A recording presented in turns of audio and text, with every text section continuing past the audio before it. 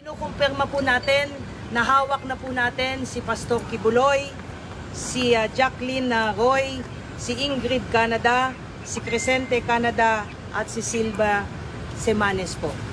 Nakuha po natin yung custody po nila around 5:30 this afternoon at mga bandang 6:30 po ay nilipad po natin sila mula po sa Davao at papunta po dito sa Villamor po tayo lumabas. Lumapag po sila ang C-130 lulan po nitong mga nasabing individual at nakakating po sila dito sa Villamor na around 8:30 ng gabi at nakakating po tayo dito sa custodial facility na mga around 9:10 ng gabi po. Sa ngayon po ay nag-undergo po sila ng booking process. Kasama na po dyan yung fingerprint at mugshot at natapos na rin po yung physical and medical examination. At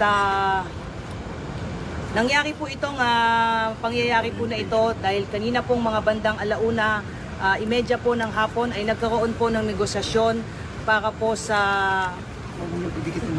mapayapa po nilang pagsuko dahil binigyan po natin sila ng ultimatum ng within 24 hours po ay kailangan po nilang sumuko at nagkaroon po ng negotiation.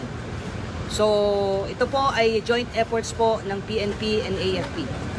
Ma'am, sa loob po ba ng sila sa loob ng Kingdom of Jesus Christ sumuko? O doon po mismo sumuko? Yes po.